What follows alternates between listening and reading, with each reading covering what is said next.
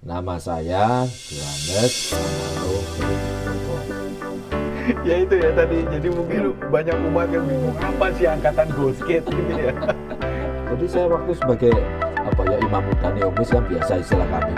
Oh, tadi Romo baru, ya siap aja toh. Di Pelokoto istilahnya jaga rumah, bawa gunung, darat, menjelang lautan. Oh iya. Jaya Sutro. Bahkan memang kemudian seorang imam harus mempelajari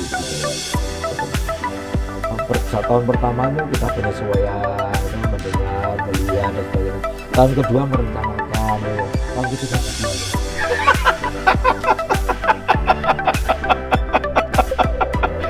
Aku gak nyemoni itu ya. Kawan.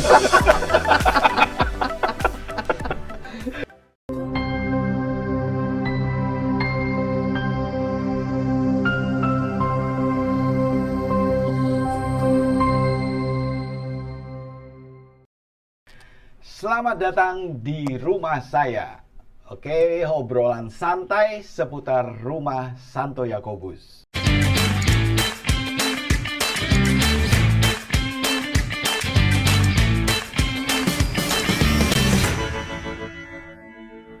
Dan bersama saya Louis Lee, sudah hadir seorang tamu yang istimewa pastinya buat kita semua. Langsung aja kita sambut Romo Yohanes Anano Srinugroho atau Romo Nano ya. Oke, Romo Nano, selamat datang di rumah saya dan juga sekaligus selamat datang di Paroki Santo Yakobus. Rumah saya juga. Iya. Nah, Romo, silakan mungkin memperkenalkan diri ke sobat rumah saya supaya mereka bisa lebih kenal nih. Oke, baik. Nama saya Yohanes Anano Srinugroho. Nah, itu. Jadi nama baptisnya Yohanes, nama dirinya Anano Srinugroho.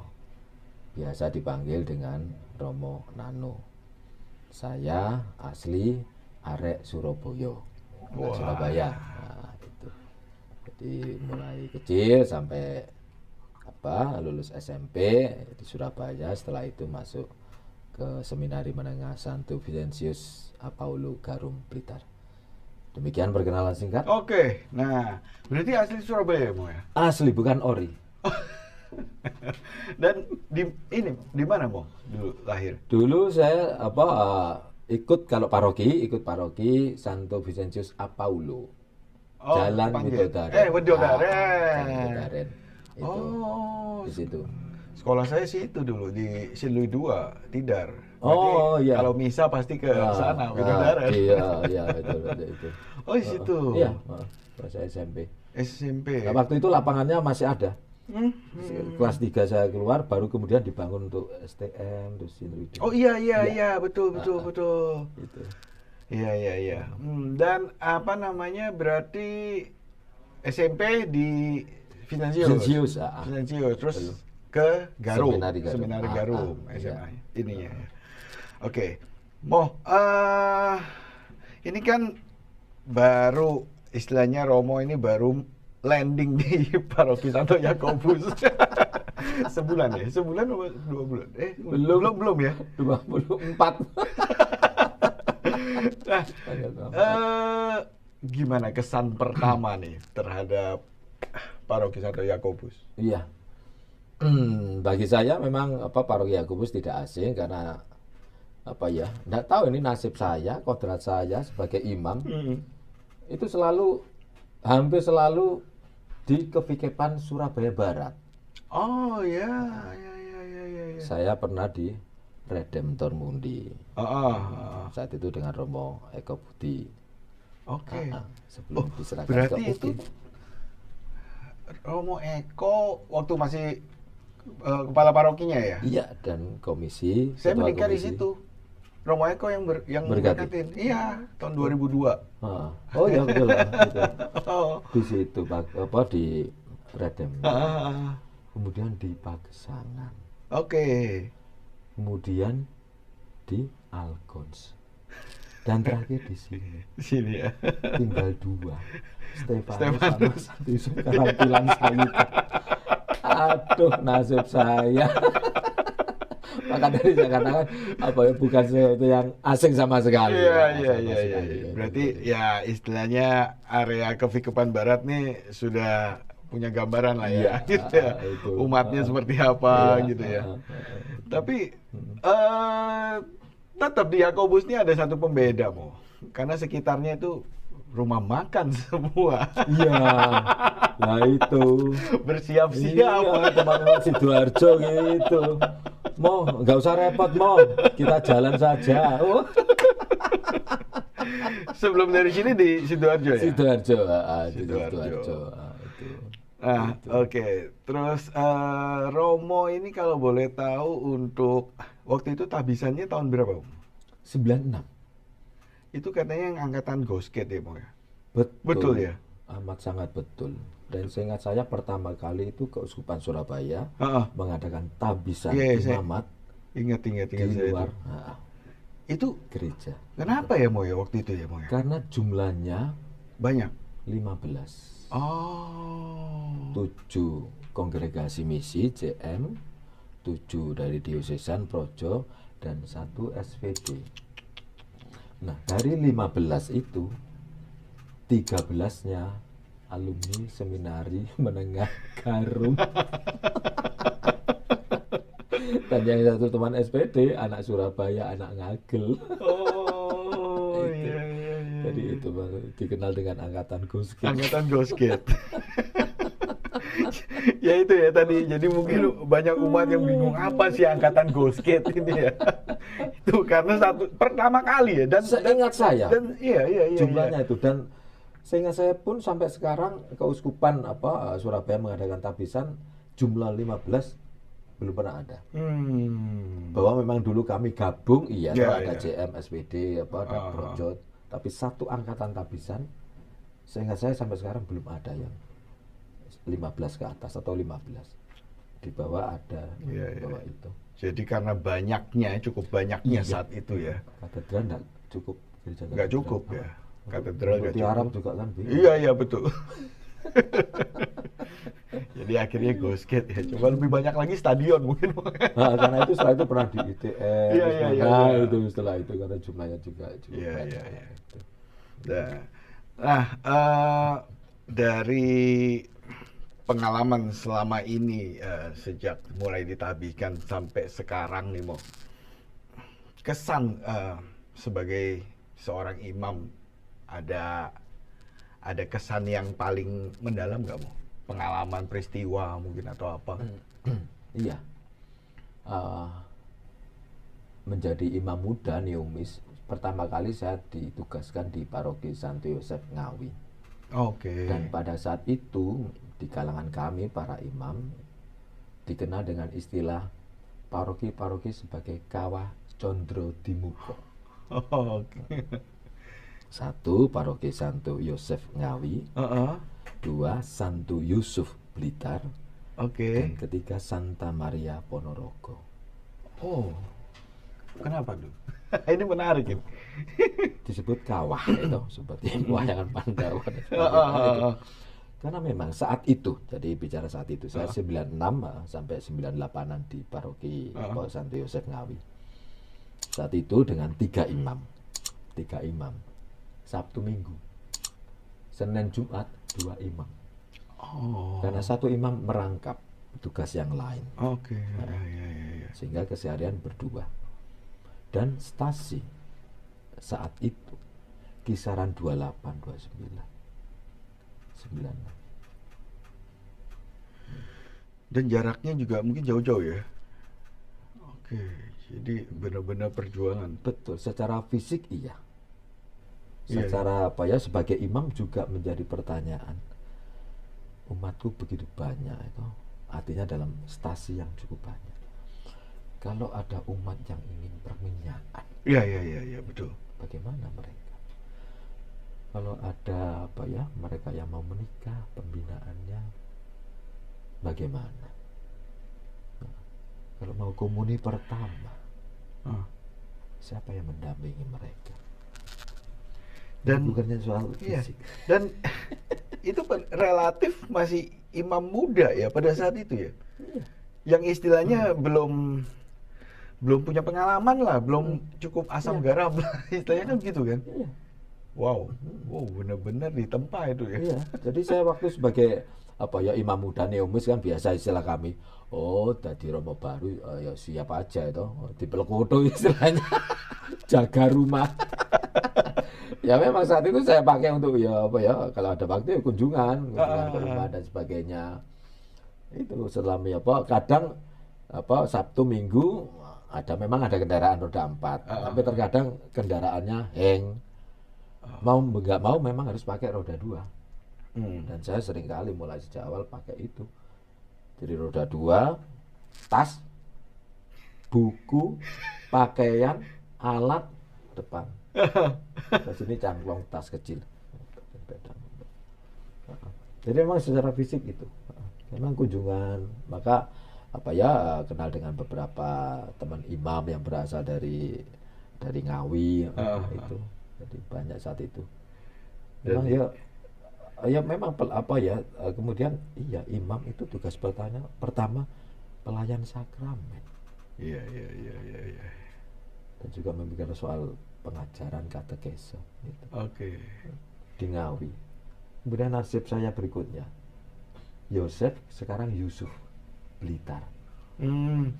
Bawa gunung darat menjelang lautan. Oh iya. Jolo Sutro. Serang. Sama. Umatnya stasinya kisaran sekian. Saat itu 3 imam. Sabtu Minggu. Senin Jumat berdua. Gimana lagi? Iya. Yang tantangan maka memang amat sangat butuh tenaga imam. Seberapapun ya tetap butuh. Hanya kemudian Ponorogo yang belum pernah. Bahwa pernah persiapan imamat, kemudian ada ketika tabisan diakon, kemudian live in di sana, membantu di sana, iya. Tapi full sebagai imam tidak. Tapi minimal 2 paroki saya sudah mengalami. Ngawi, Blitar, Ponorogo itu Iya, kan saat area itu. perbatasannya Keuskupan Surabaya ya kurang lebih ya. Yang Ngawi ya dengan Jawa Tengah. Iya, dengan Jawa Tengah betul, ya, perbatasan itu ya. perbatasan itu. Iya. Blitar dengan Malang Selatan. Iya. Nah, itu. Ini semua benar-benar Malang. berarti tenaga baru, Romo baru ditempatkan di perbatasan. Iya. Dan umatnya kan ya Iya. di sana ke sini diaspora itu jadi Iya. memang ada kapel konsekuensinya ekaristi. Iya. 1 bulan sekali. Iya. Kami memenuhi semua stasi untuk misa Sabtu Minggu tidak. Bahkan perayaan besar pun Natal Paskah ya harus milih. Bukan berarti dikorbankan, dikalahkan tidak. Karena memang tidak seimbang imam dan stasi itu. Iya betul.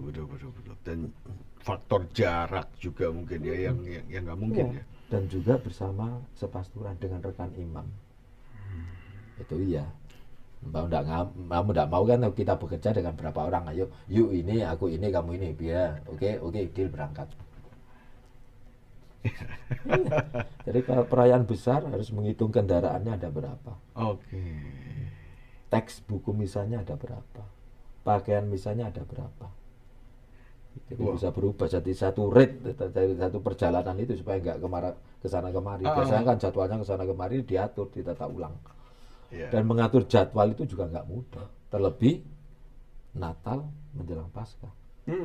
Jadwal sakramen tobat, jadwal untuk perayaan Paskah, ini kan mepet Natal. Iya betul. Itu bisa seharian ngitung stasi mana ya. Iya seharian sampai nggak ketemu, masih kurang itu. Itu benar-benar kawah Chandra dibuka. Betul makanya umat datang Romo minta bantuan.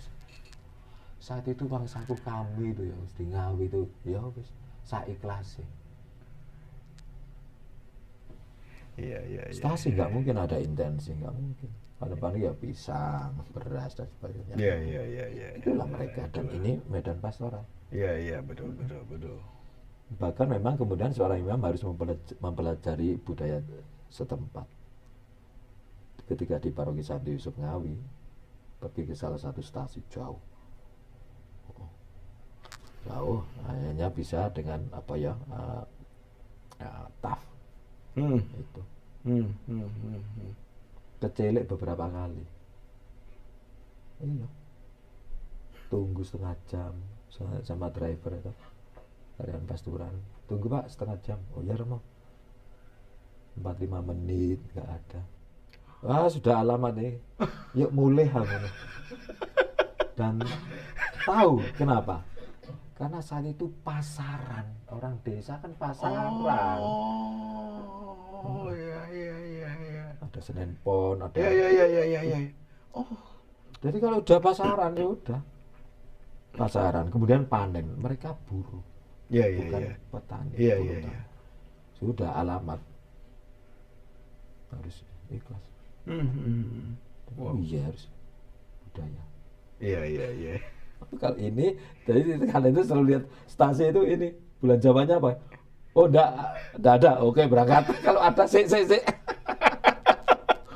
Sampai segitu ya ngitungnya, benar-benar ya mesti dipertimbangkan ya kayak gitu ya. Wow. Nah, sekarang kalau kita setelah melewati Kawah Chandra di Muka nih, masuk ke kota besar, apalagi tadi bilang di kevikapan Surabaya Barat banyak kan.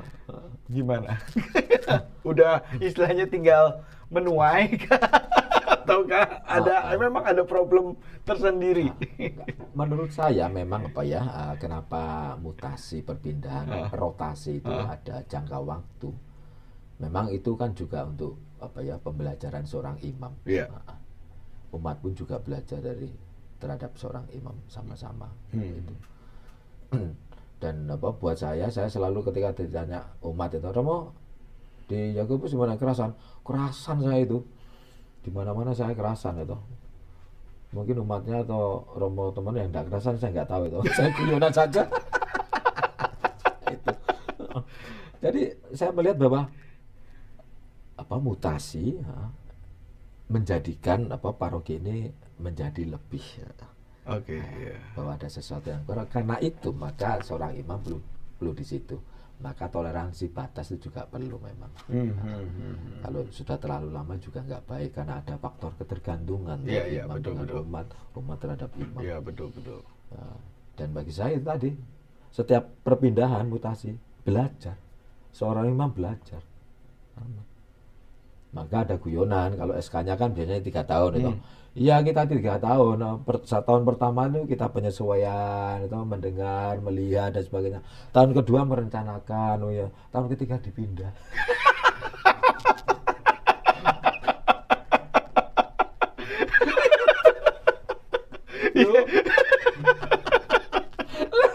Itu guyonan di antara kami itu. Ya kan ada wacana kalau bisa sih 5 tahun itu yang lumrah lah 5 tahun. 3 tahun ya guyonan itu. Setahun penyesuaian, mendengarkan, melihat, dua merencanakan, ketiga dipindah. Oke, tapi buat saya tetap pembelajaran. Jadi tidak ada sesuatu yang seorang imam pasti tidak bertujuan untuk memberikan hal yang buruk untuk umat. Bahwa perlu disempurnakan, itulah sebagai rekan imam. Karena kan kita kan berpartisipasi dalam tugas Kristus memang. 12 rasul juga orang yang berbeda. Betul. Maka harus saling melengkapi sebagai tim. Maka datang memang untuk memperbarui, untuk menjadikan lebih dan sebagainya. Tidak ada sesuatu yang salah atau buruk, tidak. Kurang karena itu maka perlu dilengkapi, disempurnakan. Pasti dengan cara kerja tim itu, dengan DPP, BGKP dan sebagainya itu. Dan itu juga sebagai sebuah simbol ketaatan ya, taat pada pimpinan itu pastinya ya. Ditempatkan dimanapun siap. Saya pernah ketika saya dari Pagesangan dipanggil oleh Monsinyur almarhum, tanya. Karena sudah kenal lama, maka nama saya itu Sri. Jadi di Garum pernah bersama beliau, di Giovanni Seminari Tinggi antar diosesan, beliau menjadi rektor, sudah kenal lama. Kadang ya manggil saya Sri, itu. Tanya, "Piye Sri kamu?" "Oh ya, Monsinyur sudah sekian lama kisaran 6 tahun saya dari Pagesangan." "Oh ya, piye?" Ini. Tapi beliau tanya dari hati ke hati. Saya didengarkan. "Piye awakmu? Dengan koncomu piye, dengan rekan imam?" kamu tak pindah. Oke. Dua pilihan. Oke. Saya boleh minta Mas. Saya itu belum pernah ke Rembang, Cepu, Blora, amat sangat belum pernah. Dan saat berdua di kamar, saya minta. Nggak tahu ini kurang ajar atau sesuatu yang karena buat saya belum pernah ke sana. Dan saya belum belajar dari umat di sana. Oh gitu ya. Dan beliau, dirimu neng Surabaya diberi dua pilihan, Algon atau Ngagel. Langsung spontan Ngagel. Loh, Algon kan ya sudah saat itu kan saya menjadi Vikep Surabaya Barat. Iya. Nggak mau kan dia ada pelantikan dan sebagainya, DPW BKP saya juga ada. Iya. Makanya dua pilihan spontan, tapi pikir panjang. Ngagel maksudnya. Wis selesai. Lu kenapa ya? Saya sebutin alasannya itu. Jadi saya itu diberi dua pilihan dan memang taat. Karena mau tidak mau yang sudah kita ucapkan, entah pada saya dan para pengganti saya, ya saya mau. Berat. Sangat berat. Tapi itulah. Kali dewi tadi Romo. Loh, tapi yang di Ngagel ini iya. sempat di Ngagel berarti ya? Iya sempat. Ya? Sebelum rame bom itu. Oh iya. Oke. Jadi Romo Jalanti di situ, terus saya di situ. Terus saya pindah, kemudian Romo Kurdo masuk dan peristiwa itu. Oh iya. Jadi, nah kalau menurut Romo sendiri untuk ketaatan ini kan memang penting ya dan udah dicontohkan ya oleh para imam sendiri ini ya, bagaimana ketaatan mereka. Kalau untuk umat sendiri gimana, Mo? Ya aku ngomong fair-fairan aja itu. Iya. Di antara para Romo ya ada yang gak taat.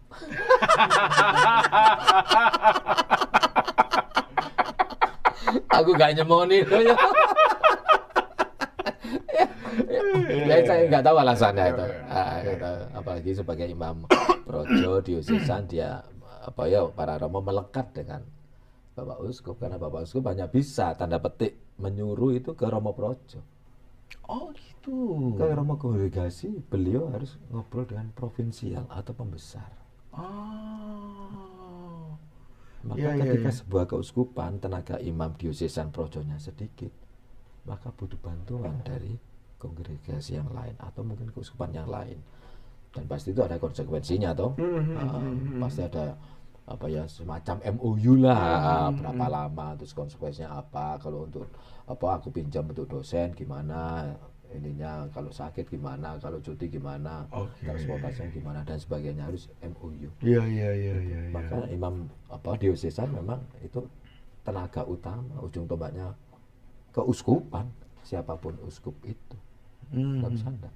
Iya sih, iya, betul. Enggak, itu. Maka memang perlu imam projo karena itu yang uskup yang bisa langsung. Bulan depan pindah ya, jangan buat rencana macam-macam. Siap. Iya, anak Romo Projo. Nggak bisa enggak. Aneh, salah ide tadi Romo Projo. Oh gitu ya berarti ya. Saya baru tahu ini terus terang. Berarti kalau dari diocese dari lain kongregasi pimpinan.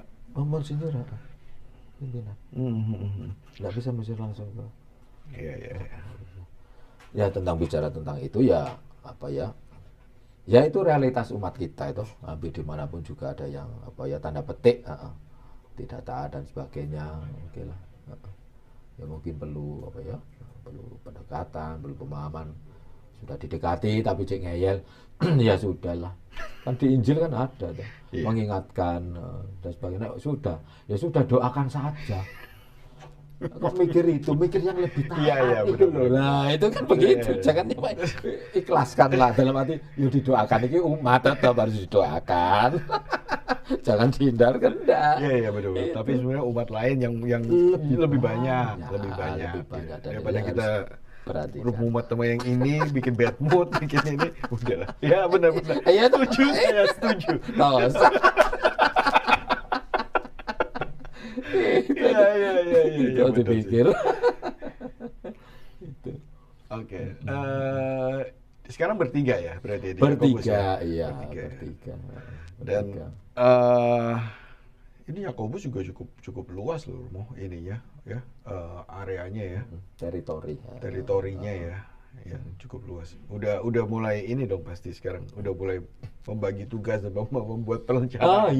Sudah. Kapan hari sekretaris DPP memberitahu Romo apakah sudah ada pembagian dalam arti pendampingan umat, baik teritori dalam arti wilayah lingkungan, kategori, dan juga pendampingan DPP bidang. Karena ada 4 bidang. Sudah keluar itu. Oke. Hanya memang mengenal umat ya juga ya memang perlu proses juga. Saya kos belum 1 bulan.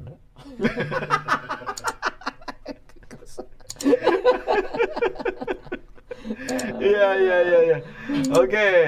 Semoga semua dilancarkan dan Amin. kami berterima kasih kalau Romo bisa melayani kami ya sebagai umat di Paroki Santo Yakobus ya. Jadi sekali lagi selamat datang di Paroki Santo Yakobus. Semoga semua bisa bekerja sama dengan baik ya Romo ya. Iya. Oke, terima kasih Romo udah kita ngobrol santai ini ya dengan Romo Nano, dan sekali lagi selamat bertugas di Paroki Santo Yakobus. Terima kasih. Oke, sobat rumah saya, tadi itu sudah kita dengar ya peristiwa atau pengalaman perjalanan dari Romo Nano yang ya sudah bisa dengar sendiri ya. Makanya ikutin terus ya podcast kita Rumah Saya, dan jangan lupa subscribe, like, dan juga share ke semua sobat Anda sehingga ini bisa obrolan kita ini bisa menjadi sebuah berkat juga buat mereka. Oke, saya Louis Lee. Terima kasih untuk yang sudah nonton sampai habis.